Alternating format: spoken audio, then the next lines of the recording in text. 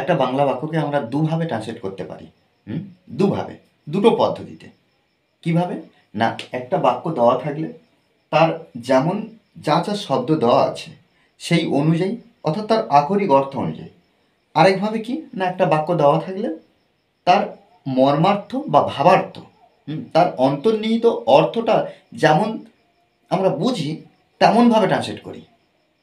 এই দুটো পদ্ধতিতে। দেখো, আজকের এই ক্লাসে আমরা তার অন্তর্নিহিত অর্থটা, তার যে ভাবার্থ সেটা বুঝে কিন্তু আমরা ট্রান্সলেট করবো। দেখো এখানে, আজ শনিবার দিনে 2টোর সময় স্কুলের ছুটি ছিল, কিন্তু আজ স্কুলে যাইতে সুশীলের কিছুতেই মন উঠিতেছিল না। এখানে দেখো, আজ শনিবার দিনে 2টোর সময় স্কুলের ছুটি ছিল মানে কি, এমনি সাধারণত 2টোর সময় কি হয়, হাফ টিফিন হয়, অর্থাৎ 2টোর সময় স্কুল বন্ধ হয়ে যায়, ছুটি হয়ে যায় শনিবার করে। ঠিক এই জন্য বলা হচ্ছে যে শনিবার দিনে স্কুলে ছুটি ছিল। আজ স্কুলে যাইতে সুশীলের কিছুতেই মন উঠিতেছিল না। কেন? এর মানেটা কি, যে সুশীলের আজ স্কুলে যেতে ইচ্ছা করছিল না বা ইচ্ছে করছিল না।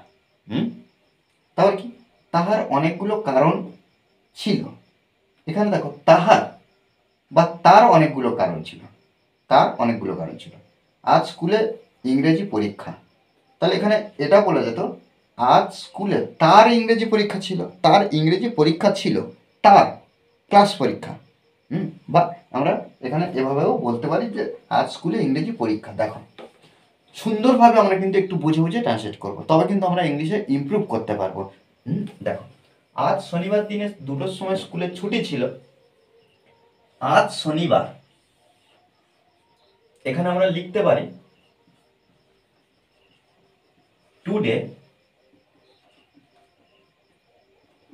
Being Saturday. দেখো, এই যে এখানে দেখো, এই যে পার্টিসিপলটা আমরা ব্যবহার করেছি, অর্থাৎ এখানে আমরা বলতে পারি যে আজ শনিবার হওয়ায়, আজ শনিবার হয়। এখানে দেখো, এই বাক্যকে, এই যে বাংলা বাক্যকে দুভাবে ট্রান্সলেট করতে পারি। দুটো বাক্যে আমরা এখানে ইংরেজি দুটো বাক্য দেখবো, জাস্ট এভাবে আমরা করতে পারি। তাহলে এখানে বিং ব্যবহার করলাম, টুডে বিং স্যাটারডে হলো। 2টোর সময় স্কুলের ছুটি ছিল, তাহলে এখানে আমরা the school was supposed to be over at 2। দেখো, এখানে দেখো, এই যে ওয়াজ সাপোজ টু বি, এটা কেন ব্যবহার করলাম? কারণ দেখো, এখানে সাধারণত এই যে ওয়াজ ব্যবহার করেছি পাস্ট টেন্সের জন্য। কোনো কিছু হওয়ার কথা ছিল, এরকম যদি বোঝায় তখন আমরা সাপোজ টু বি ব্যবহার করি, কোনো কিছু হওয়ার কথা ছিল। আর যেহেতু এখানে দেখো প্রত্যেক দিন অনুযায়ী, মানে প্রত্যেকটা শনিবার অনুযায়ী কি হয়, স্কুলে ছুটির কথা, তাহলে আজকের এখানে স্কুলের ছুটি ছিল মানে কি 2টোর সময় ছুটি হওয়ার কথা ছিল, এমনটার জন্য আমরা কি করলাম, সাপোজ টু বি ব্যবহার করলাম। এই যে ওভার মানে কি ছুটি, কটার সময়, at 2 PM।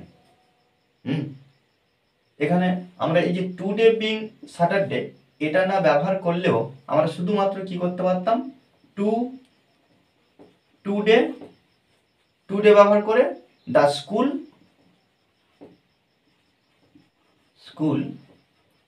Was supposed to be over at 2 PM। তারপরে কি দেখো, as it Saturday.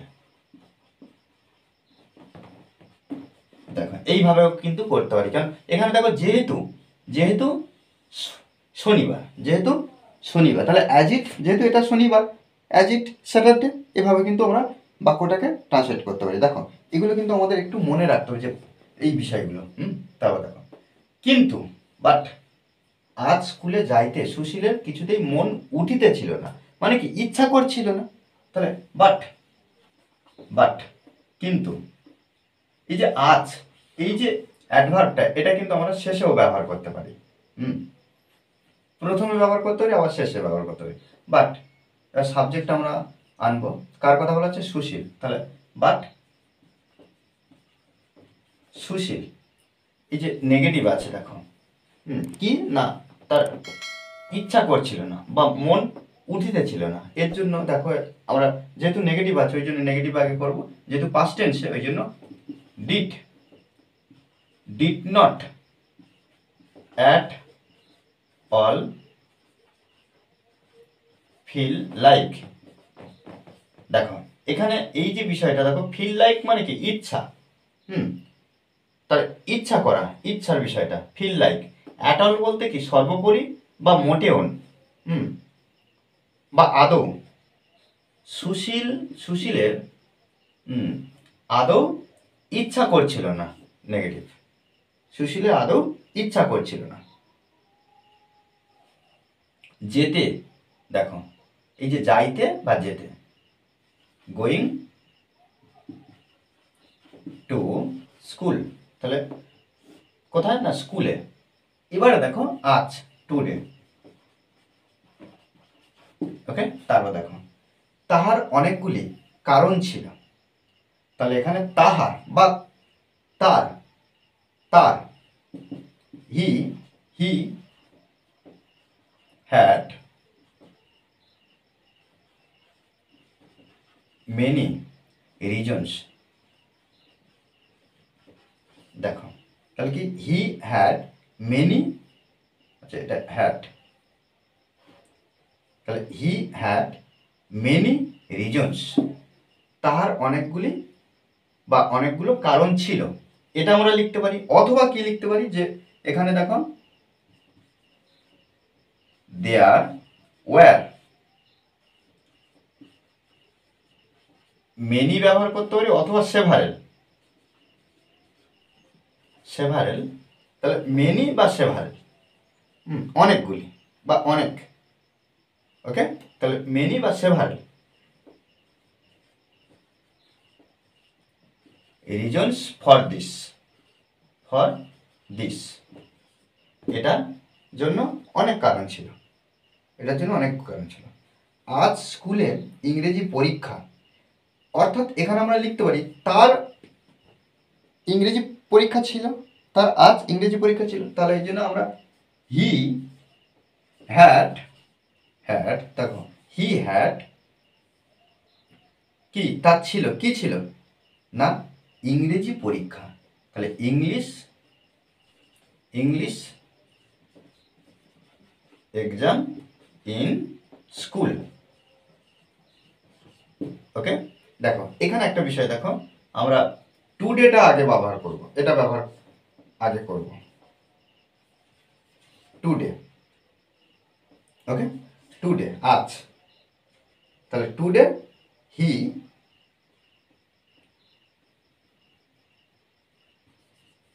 Had English exam in school. দেখো এইভাবে কিন্তু আমরা সুন্দরভাবে ইংলিশে ট্রান্সলেট করবো। দেখো এর পরের অংশ, অর্থাৎ এই বিষয়ের উপরে আরও কিছু বাক্য আছে যেগুলো আমরা পরের দিন ট্রান্সলেট করবো। ওকে, আর এই ক্লাসটি যদি ভালো লাগে অবশ্যই লাইক কমেন্ট শেয়ার, আর যারা এখনও পর্যন্ত এই চ্যানেলটি সাবস্ক্রাইব করেননি তারা অবশ্যই চ্যানেলটি সাবস্ক্রাইব করে পাশে থাকবেন। Okay, thanks for watching this video.